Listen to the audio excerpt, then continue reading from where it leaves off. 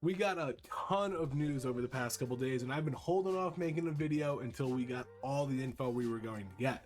Last time I made one right after the preview and the Datamine hit, and I had to make another video, so I'm putting it all together, putting it in one video, and this is a Datamine deep dive Rogue Edition. Now, a reminder, we're only going to hit rogue items in this video, as that's been my main forever. That's what I play, and that's what you guys know me for. However, I have been having a ton of fun on Sunken, and I'll be making some Pally-related videos as well. But alright, enough talking, let's get into it. Also, I've got a wicked cut on my tongue, so if I sound a little funny, it's because this thing is killing me. But anyways, first we're going to hit on some runes and class changes for rogues. First rune we've got is Carnage. Your abilities deal 20% increased damage to targets afflicted by your bleed effects. First thought, this is really good for Saber Slash builds. Always having that bleed up means you always deal 20% increased damage for your target. With Mutilate being so good for so long, I'm really hoping this brings Saber Slash back into play. I miss using swords, I miss using fist. I think they look cooler, and even though dagger might fit the class fantasy better, I really like the feel of using swords, and I always have. Now, will this rune make Saber Slash better than Mutilate? I'm not sure. With Mutilate, you can still rupture and gain the 20% increase, but I think the real selling point of Mutilate is the combo point economy it provides. However, in the preview video, they showed us Honor Among Thieves, which will likely give us a combo point every second if you're in a group with 4 other melee classes. So I think the combo point economy for both builds will be very similar in Phase 3, and if that's the case, this could put Saber Slash over the top, mainly because we get increased eviscerate this phase and rupture isn't as good, so not having to keep that up will feel good for Saber Slash. But remember, all this is Datamine data. We truly don't know what's actually going into effects. We don't know true numbers until it is set in stone and live. Next, we've got Cut to the Chase. Your Eviscerate and Envenom abilities refresh either your Slice and Dice or your Blade Dance duration to its 5 combo point maximum. If both are active, only the one with the shortest remaining duration will be refreshed. Now, this rune was talked about in a Datamine from last phase, but I gotta be honest, I really don't like this rune.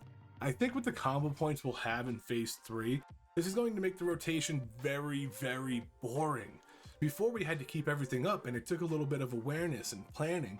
But now we might see something like 1 or 2 point slice, 1 or 2 point blade dance, build and finish, and that's it. Because it doesn't need to be a 5 point slice and dice for it to be brought back up to its 5 point maximum.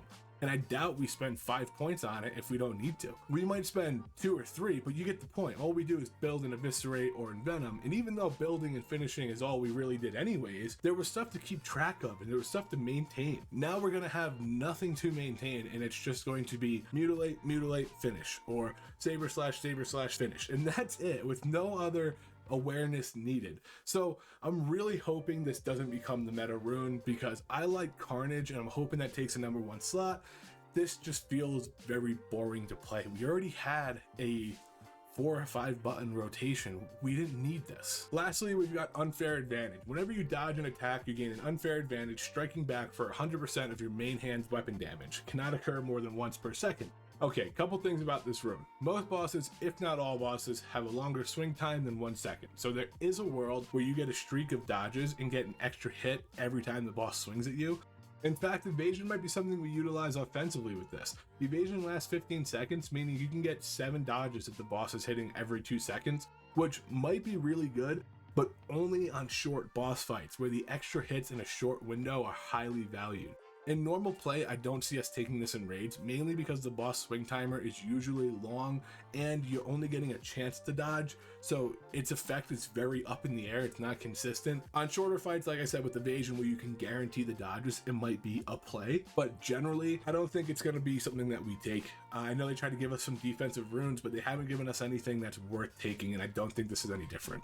In dungeon play, it'll be pretty good. It strikes back the mob you dodge, so with our naturally high dodge, you'll be able to consistently be hitting different targets with it, which should provide a little more AoE threat and damage. So most likely it's something we don't take in raids, but we do take in dungeons. Now, funny enough, this was something I was hoping for in P2, or at least something similar. I was hoping it would proc off of parry and give us a reason to blade dance more and lean into the parry tank narrative, but our dodge is naturally higher, so even though it doesn't lean into the parry tank, this is probably a better option. The last rune that's not on this list but was in the preview video is Honor Among Thieves. When any player in your party critically hits with a spell or ability, you gain a combo point on your current target. Cannot occur more than once every second. Now, this is what I was referring to when I talked about Carnage. This is a head rune. If you're in a group with a bunch of melee, most likely this is going to proc every second. So before, in the current phase, we're in phase 2, Mutilate was so good because it generated so many combo points. And Mutilate was essentially 2 combo points every 4 seconds. So in 8 seconds, you could generate 4, most of the time 5 because of talents giving you that 1 to start, but 8 seconds, 4 combo points. Honor Among Thieves by itself is probably going to give you 5 combo points in 5 seconds. So I think that that's going to be where Saber Slash versus Mutilate actually becomes competitive, because the combo point economy is going to be very, very similar, as opposed to, man, if you played Saber Slash in phase 2 after playing Mutilate, it was atrocious because you could not keep Blade Dance up 100% of the time without sacrificing Slice and Dice like 80% of the time. So it was a very bad trade-off in combo points. And I think with Mutilate and Saber Slash being on a level playing field and Carnage coming into play, I'm hoping Saber Slash comes back in. But we don't have numbers, we don't have finalization, so again, it's just guesswork. This is what I'm hoping for. Alright, so after looking at these runes, no sims, no breakdowns, just face value, I'm thinking I'm going to be running a Saber Slash build with Carnage and Honor Among Thieves. This is what I'm hoping for, and I'm hoping it comes out on top. Honestly, if it's not, but it's within a reasonable percentage, then I'll probably still play it anyways. Usually if a build I like or have more fun playing is 5 to 7% behind, I'll still play it because it makes the game more enjoyable for me, and that's something that I like to do. I want to play the game for fun. If I want to min-max, I can do that, and I've done that. But in most scenarios, this is a fun game. We're playing for fun. Play the things that gives you joy. Play what you like, not what you feel forced to play. You won't burn out as quick, and the game is about having fun. Oh, one more thing to notice. Shadow Strike has an extra rune slot now on your leg. Not sure how much we take this, if ever, at 50, but leveling, it might be good to have while keeping Saber Slash and Mutilate on your hand. Quick tagging mobs and teleporting around seems to always be nice when leveling, so we'll see how that plays out, because I think we're going to do a lot of dungeon leveling like we have in phase 2. So I don't know how much it actually helps you, but it's cool that we got it off the hand rune, I guess. Alright, let's hit profession items. I'm wicked excited about profession items because they mention engineering bracers. And if I can use those, thank God I don't have to do Warsong Gulch anymore.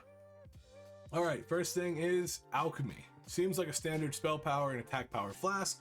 And oh, no matter how much you drink, this flask never seems to run empty. If that means you only need one of these, this is actually huge. Thinking of how much I spend on consumes, having one that lasted forever with just one of the item wouldn't be a massive save, but it's one less thing I have to worry about. And as a tank, I go in with like 8 consumes, so that would actually be pretty nice. If they can apply this to other pots, like if that's a part of a specialization, then that would be a massive W for Alk. Enchanting, another standard sigil, increasing spell healing and attack power by 30. It's okay. Definitely not better than the Alk Flask for casters or melee, so that's a little strange. And Scroll of Spatial Mending. Close a targeted fell portal, may draw unwanted attention from the other side. Now, we don't know anything about this, so at face value, it looks useless, but there could be something we don't know that makes this better. I'm hoping it's not a novelty item. It does say targeted, so it might be something required for the open world events they're bringing in this phase. I'm sure we'll find more about it later. My first thought was pulling something in before a raid boss, letting the warrior build rage, letting Slice and Dice get built up, but it says targeted, so it's something that needs to be there already, which is what leads me to a world event possibility. So, what I said, we'll find out more about it later. For now, maybe it's really good, maybe it's really bad. Roll the dice. Engineering, here we go, this is what I want. Void-powered Slayer's Van Braces, 9 strength, 18 agility, 5 stamp. Provides protection against certain type of psychic attacks. So this is either going to be a PvP thing against fears, or something in the world event again. Channels the power of the void, granting immunity to fear for 15 seconds. Okay, so maybe the equipped isn't against fear, because it feels redundant if it was. This seems really good in PvP, and who knows, maybe we have a fear mechanic in Sunken Temple that makes this piece thrive. We have a lot of other ways to escape fear with the PvP trinket or fear ward, but usually it's either a DPS loss or you have to take a dwarf priest. So if our bracers allow us to kind of weasel around that, then it could be pretty good. It could be just a nice addition to the bracers, and it's always going to be good in PvP, so that's a plus. Blacksmithing we're going to skip for now. Leatherworking, all right. Paranoia Mantle. 16 agility, 14 stam, improves chance to hit by 1%. Melee attacks have a chance to increase your attack speed by 5% and attack power by 50. This has no effect outside of areas under the influence of the nightmare. So this means it'll only proc in the world event, I'm guessing, and maybe, we don't know yet, but if Sunken Temple is considered under the influence of the nightmare, it might be a raid only proc too. Not thrilled about it. All our previously crafted pieces had good effects on them, so it's a little strange that we get a limited one now, but I'm still wearing level 25 crafted gloves because of the effect, so not having them have a really good effect might make them easier to replace, and everyone loves new gear, especially shoulders. It also means this might not be BIS in this phase, but a good second place. I think a big issue in phase 2 was no pre-BIS hunt. As a leather wearer, there was not much to upgrade from dungeons. So I felt like I didn't have a lot to do once I hit max level. Like I didn't feel like I had to do anything. I went into Nomer with full BFD gear. Like I didn't really replace anything. So I do like that we might be getting another pre-BIS hunt. I think that's a big part of Classic, the pre-BIS hunt. So I'm hoping we get something like that back. All right, that's it for profession gear. Let's move on to Darkmoon Fair trinkets. Are we getting decks? Yep, cool. All right, let's check these out.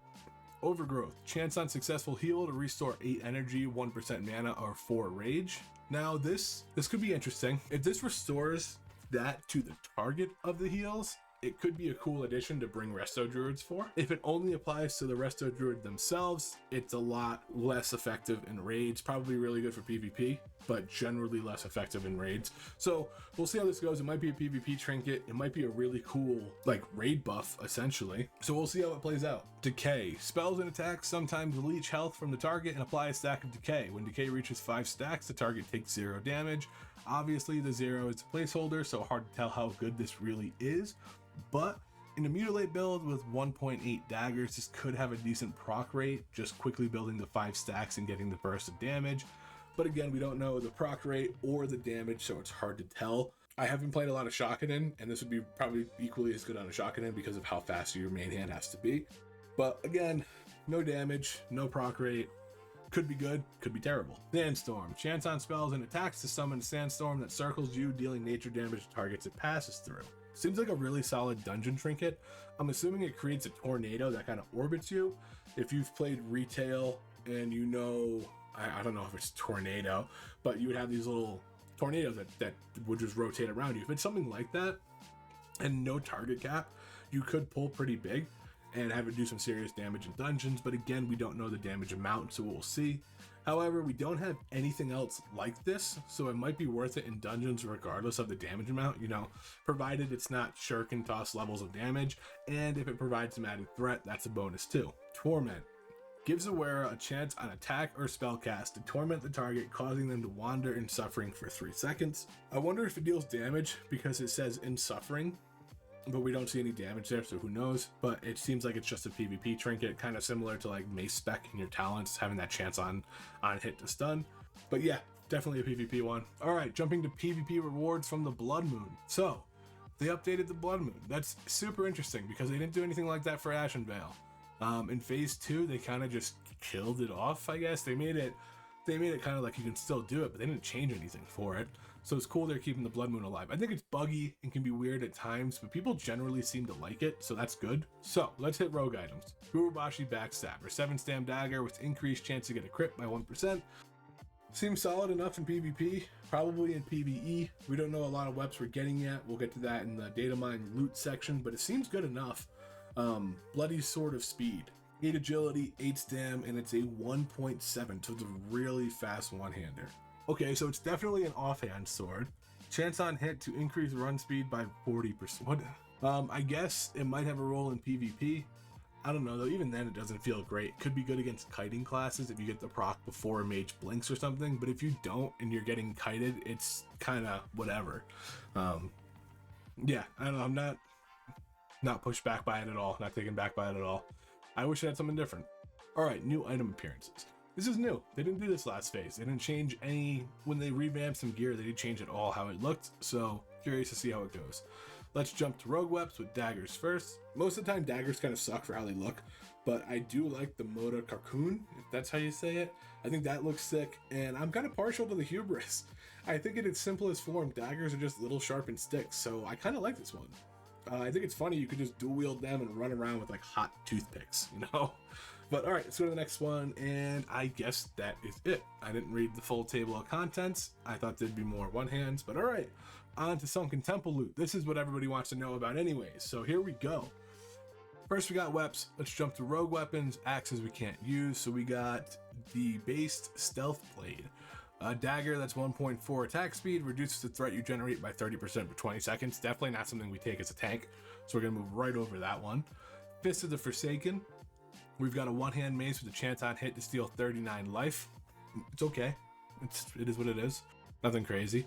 Flame Breath Blade. Finally a slower sword. 2.2 seconds, definitely going to be an offhand, and has a chance on hit to hurl a fiery ball that causes 70 fire damage in an additional 9 over 6 seconds.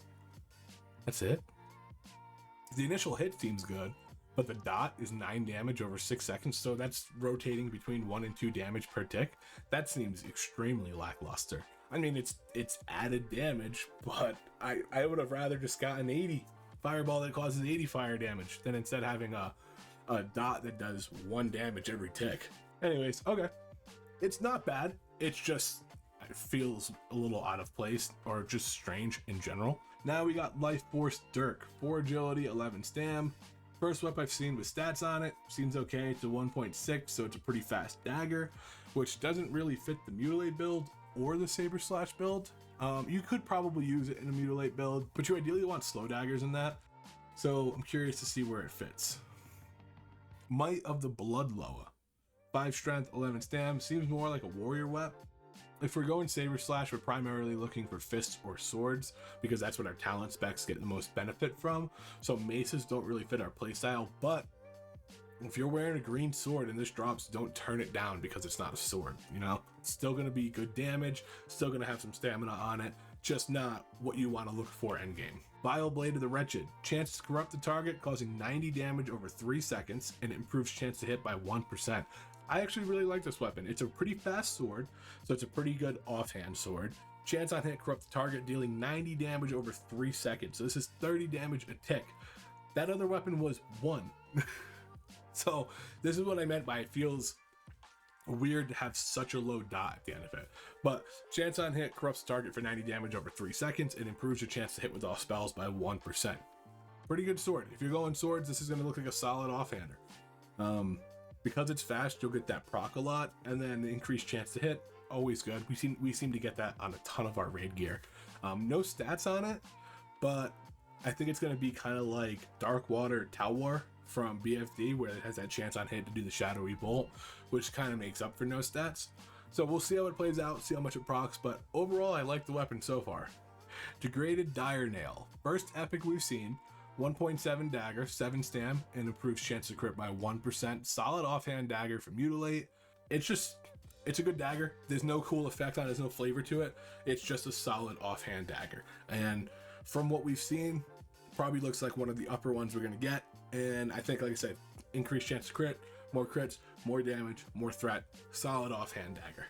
Dragon's Cry. Now I remember this, it used to be called Dragon's Call. This sword was sick, it looked dope, and it was really good in Classic. So we got 8 stam and 16 attack power, which it didn't have before. Chance on hit, calls forth an Emerald Dragon Whelp to protect you in battle for a short period of time. Now I ran Sunken Temple a lot, and I never even saw this drop. So I would be really excited to get this time around. They said they were going to be more generous with the loot, so I'm hoping that this is something I can get. I think the sword looks cool. They previewed the new animation on it, or the new effect of it. And who doesn't like summoning a little dragon to help you? Plus, now it's got 8 stam and 16 attack power, it's even better for us. So I'm really looking forward to this weapon, and I'm hoping we go back to swords. All right, we got some main hands now. We got a main hand mace, increased damage and healing. We're gonna ignore that. Dagger, damage and healing. All right, Cobra Fang Claw. We got another epic fist weapon. All right, 2.6 speed, pretty good damage, good main hand speed. Chance on hit, grants an extra attack on your next swing. All right, so far, this is the best weapon we've seen, easily. It's a slow main hand, high damage, and it's got a chance on hit to grant an extra attack on your next swing. Easily, so far, the best weapon we've seen for us in here. It's essentially got a built-in sword spec into its effect. The sword spec is 5% chance to hit again with your next attack. So this is basically sword spec, and you also get benefit from fist spec, which is 5% crit. So this is sick. I love this. All right, it's got a set effect too. Grants a small chance when ranged or melee damage is dealt to infuse the wielder with a blessing of the serpent. Ranged and melee attack power is increased by 150 for 12 seconds. It's got a 2-minute cooldown on the proc chance. Ooh, the proc is huge. 150 attack power is massive because one, if you are saber slash, then that dot that saber slash leaves is based off your attack power. So it will snapshot that with that 150 attack power, and then it'll never drop. So if you get it in the beginning of the fight, your bleed for the whole fight, provided you don't drop your stacks, will be benefiting from 150 additional attack power. So this is going to be sick. The downside, and it's a massive downside, it's not unused. It procs when it wants to proc, which means the trash pull before the boss could proc this, and then you don't have it for the boss unless you want to wait 2 minutes, which is very possible. It's not a long time. But if you're trying to speed run or something, you can get some pretty bad procs with this. You might have to take it off until you get to the boss and put it on. I know when I do trash, I have a pally tank with me. I don't really do that much. I just let him go out, consecrate, shield, all that stuff to find storm. He holds the threat. So you could just take it off while you're doing trash. But yeah, it's got a really good effect that can happen at a very poor time. So balance it. Take it off when you're not going to use it. You know, I think that's the best option, is taking it off in between boss pulls. Do less damage on trash. Nobody cares about trash. And then when you get to the boss, pop that on and hope you get that proc on the boss fight. So I take everything back about Dragon's Call. This shit is fire. And I love that we're getting a really good fist weapon this phase. I wanted the mech fist to be good, but it just wasn't. But this is really good. So we need to get the Serpent Striker with this to get the 2 set. I'm guessing we see that later on, but for now, let's look at leather gear. All right, we got Coagulated Blood, big armor, 10 strength, 10 agility, 15 stam, improves chance to hit by 1%. The set bonus gives us 10 stam, 10 agility, pretty good. I think I heard that the world buff is a stat percent increase, so this might be really good for that. Blood Corrupted Tunic, 11 strength, 18 agility, 17 stam. So better stats, less armor, and the stat bonus is increase your chance to hit and crit by 1%. I think we easily get hit capped, so it might not be as valuable as it would be for a druid. Crit's always good, but I think for tanking we go Coagulated. The raw stats on the Blood Corrupted Tunic are better, but the set bonus for Coagulated Blood makes those raw stats better on Coagulated Blood. So I think that's what we're going with. Coagulated Boots, 12 strength, 13 agility, 12 stam, and the Blood Corrupted Boots, 18 agility and 12 stam. I think the Coagulated Boots are better anyways, so further solidifies we go Coagulated. Gloves, we got Foul Smelling Fighter's Gloves, 199 armor, 12 agility, 10 stam, improved chance to hit by 1%. Again, we get hit so easily that the Blood Corrupted Boot set effect is really just crit. We don't really need the extra hit. So for gloves, we're obviously going Foul Smelling Fighter's Gloves, but the increased armor on all this gear leads me to believe we have a highly physical damage raid with Sunken Temple, which we thrive in. So that's really good for us. If it's an all physical damage, our avoidance is going to be sky high going into this raid, especially once you start getting a couple pieces. So it would be really good for me to not have to sell myself to pugs, being like, I can do it, I swear. Like, you know, base 2 was rough for rogue tanks. You know, even I have good parses, you know, they're not hundreds, but they're good parses, and even then I would have to sell myself. So if we can get a raid that we are really good in, I think it will help rogues, and we don't even need to be like insanely good. We just need the court of popular opinion to accept rogue tanks. We need to be good enough that people's perception of rogue tanks improves, so people start to say, whoa, wait a minute, they can actually do this. And then as we go from here, you know, that's in their head now, because right now it's don't take rogue tanks. That's just what it is. We don't give anything to the raid, we don't do good damage, you know, just don't take them. So if we can thrive in this, it'll set us up for phase 4 and on, you know, so that the public perception of rogues needs to improve. Next, we got helms. Bahama's Dusty Hat, 15 stam, improves crit by 1%, 38 attack power. It's not a bad helm. Attack power, bunch of stam, increased crit. Yeah, sure, what's not to love about it? Now, I don't know if it's better than our crafted helm, because our crafted helm has that effect on it. But if you're not leatherworking, this seems like a great helm. Now we got legs. Tal, I'm just gonna call it a Tal. A Tal's Assassin's leggings. Damn, I have a cut on my tongue, so if I sound a little funny, it's because I'm in pain right now, and every time I talk, that cut's hurting. So stuff like a Tal's Assassin's leggings, I'm gonna list pretty hard on, so just bear with me. It should be healed by the next video. Anyways, 21 agility, 20 stam, no armor here, but solid legs. Then we have, of course, the coagulated blood legs, 15 agility, 13 stam, 2% chance to dodge. Again, seems like they're leaning into physical avoidance here, which gives me high hopes for tanking. As long as we can do decent damage, I think this raid's looking very good for us. Increasing dodge, having armor on gear, I think it's going to be a heavy physical damage raid, which is good. We also have the blood corrupted pants, 15 stam, 1% crit, 36 attack power. It's pretty good. It's definitely more of a DPS oriented piece, but it's not a bad set of legs by any means. I think obviously if we're tanking, you want the set bonus, so you're just going to end up going coagulated. But DPS, it's not a bad set of legs. Shoulders, reinforced tall spalders, 9 strength, 7 agility, 12 stam, 1% dodge. If they give us a casting raid, then they're really just fucking with us, because all this dodge and armor going on gear only to be a caster raid would be devastating. But I do think it's going to be a heavy physical damage raid, which we're going to crush in. So I'm getting more excited about it. Let's go. Love that. Belt, we got the Temple Looter's waistband, 12 stam, 36 attack power. Belts are usually just meh, so this is a good piece. Good attack power, good stam. I like it. Bracers, we actually got bracers in a raid. Can you believe it? Dreamer's Darkwater Bracers, 6 agility, 16 stam. Not as good as the crafted bracers, but if you're not engineering and also like me and hate Warsong Gulch, these are great. All right, let's drop down to rings. We got Band of the Wild, 20 attack power, 6 stam, and 1% hit. Solid ring, nothing crazy. Again, more hit.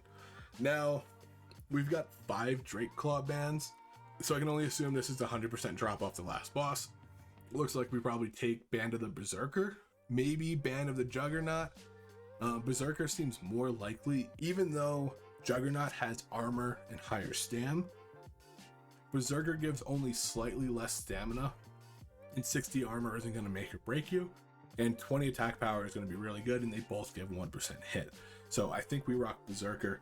It's not going to be a huge difference. You're not going to die because you didn't get 60 armor on your ring, so you might as well have more attack power. Next, we got Bloodstained Charm of Valor, 1% crit, 18 attack power. Little better than the mech neck, but only by a couple attack power. We do lose stam, but it seems like we'll have a lot this phase anyways, so that's okay.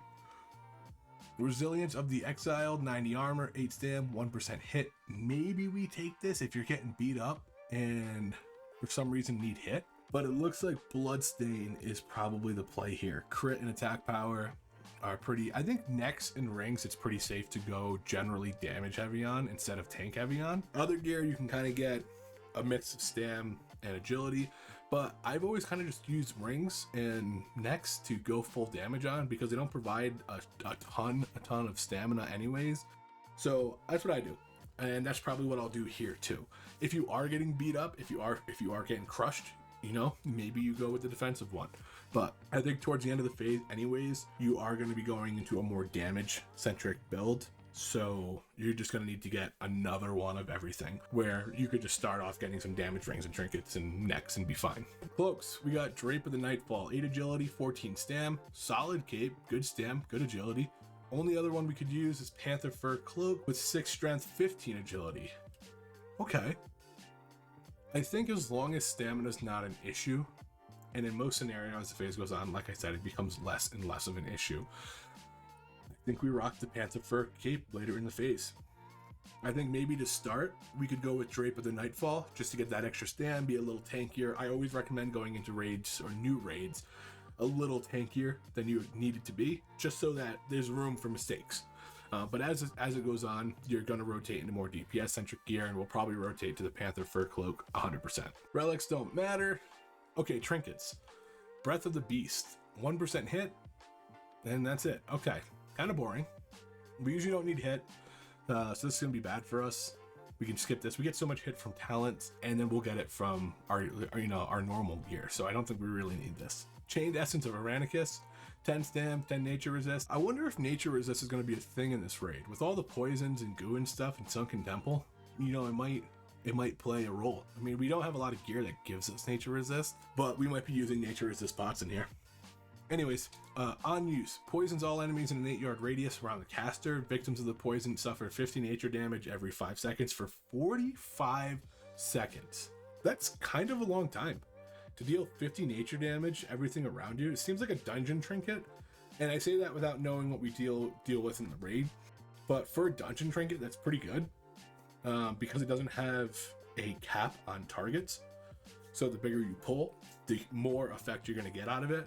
So if you pull 20 things, that's going to hit 50 on each of those things every 5 seconds for 45 seconds. Now, most of the time packs don't live that long, but still, it's pretty good not being capped. Now in raid, it's okay because you'll still deal like 450 extra damage in nature damage.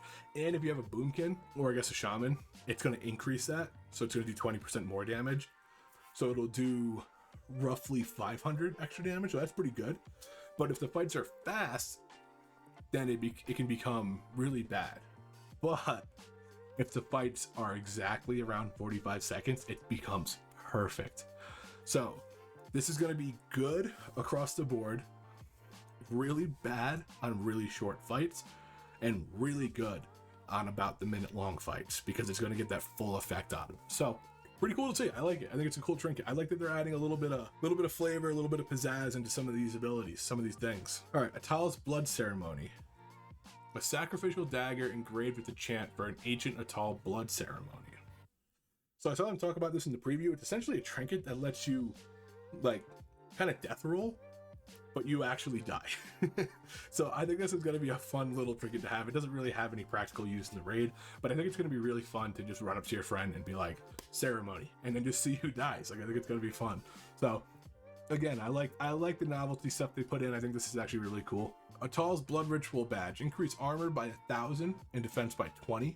Every time you take melee or ranged damage, this bonus is reduced by 100 armor and 2 defense. 2-minute cooldown. Pretty quick. 2-minute cooldown is actually probably one of the shortest cooldowns we've seen on our trinkets, if I'm not mistaken. I think it's really short. I think the Blood Moon trinket for Pallies is 5 minutes. I thought that was fast. This is one of the first 2-minute trinkets I think we've seen. It's probably really good for like Pallies and Warriors, but we're already crit immune, so we don't really need defense gear. If the raid's as physical as it is looking like it's going to be, 1,000 armor every 2 minutes might be really nice, but I don't think it's something we aim for unless you have a free trinket slot or a really bad trinket in that slot. Or we get beat up. If we get the shit kicked out of us and we need that 1,000 armor every 2 minutes, then it becomes really good. But face value, it doesn't seem like it's built for us. Blood Ritual Medallion increases your melee damage by 20 for 20 seconds. Every time you hit a target, this bonus is reduced by 1. This is good and bad for us. Increase in melee damage is always good, but we hit so fast and we usually don't have very hard-hitting weapons that we're gonna rip through this. I think we see the real benefit of this trinket with two-hand classes. You know, Warriors, Pallies, Shaman two-handers. I think those are where it's gonna get the real benefit because each swing is gonna be already hitting hard, added melee damage to each swing, and I think they just get a little bit bigger of a bonus. And, you know, most of our damage, we do have a lot of white hit damage, 100%. I'm not saying that's not it, but I think a lot of our damage comes from abilities, and, you know, I don't know. It could go either way. I think if you only have 20 swings to do increased damage, two-handers are just going to benefit more than we would from this. Okay. Where's the other fist weapon? Okay, hold on. Let me find it. I'm finding it. Here it is. And I already like it. This looks so much better than every fist weapon we had in phase 2. The model is actually really cool looking. I like that's a little lion's face. I think it looks sick. All right. 9 agility, 7 stam, chance on hit, poison the enemy dealing 50 nature damage, reducing nature resist by 60, and increasing holy and nature damage taken by 8% for 20 seconds. Yes! I fucking love this. I love this. The mech effect was slightly better than Curse of Elements, but this applies to the schools that don't get lowered with Curse of Elements. So you're gonna want this in most raids, which means we finally have a reason to take rogues if we go fist or saber slash. But if we do, this is huge. 8%. I mean, I'm probably more excited than most people because my raid group is like mostly pallies. So 8% holy damage increase is gonna benefit my raid a lot. If you don't have a lot of holy damage or you don't have a lot of nature damage, it probably doesn't play as much of a role. But if you do, and we have 20 matches coming up, so we're gonna have a lot more variety in our raid. I think this is gonna be sweet. I'm super pumped for this. I love fist weapons, and I love what they did with this set. Bravo. All right, what do we have next? I'm gonna skip PvP sets and supply turn-ins. I don't PvP a lot, and supply turn-ins are not exciting. They are good for making money, but not very exciting. All right, let's hit raid consumables. Atal's Mojo of War, increase attack power by 48, chance on hit to grow in size, increasing strength by 35 for 10 seconds, only one potion active at a time, and no effect outside Sunken Temple. I like this. This is a cool little base attack power pot with the chance on hit proc. Granted, for rogues, I wish it was agility, but strength is fine too. I think it's cool. I like this. It's a nice little addition to the raid. Now we got some shoulder enchants. Adds 15 attack power to a shoulder slot item. This is fine. We had nothing before, so this is a nice addition to be able to add to our shoulders. Some more damage, some more DPS, some more threat. Bosses die faster. Overall, great addition. Oh, let's check out world buff. Okay, so the new buff will increase chance to crit by 5%, increase spell damage by 65, and increase all stats by 8%. So we do have a stat percent increase buff. So this is going to make raw stats have a lot more value when you're gearing. All right, so we've seen a lot of great stuff in the data mine. Now, as always, these are not 100% guaranteed and are always subject to change, so keep that in mind. But for now, I really like how things look. From the gear, it seems like a heavily physical damage raid, which is great for us rogues. The fist weapon looks phenomenal. And all in all, I'm very excited for phase 3, guys. So I will see you then. Till next time, guys.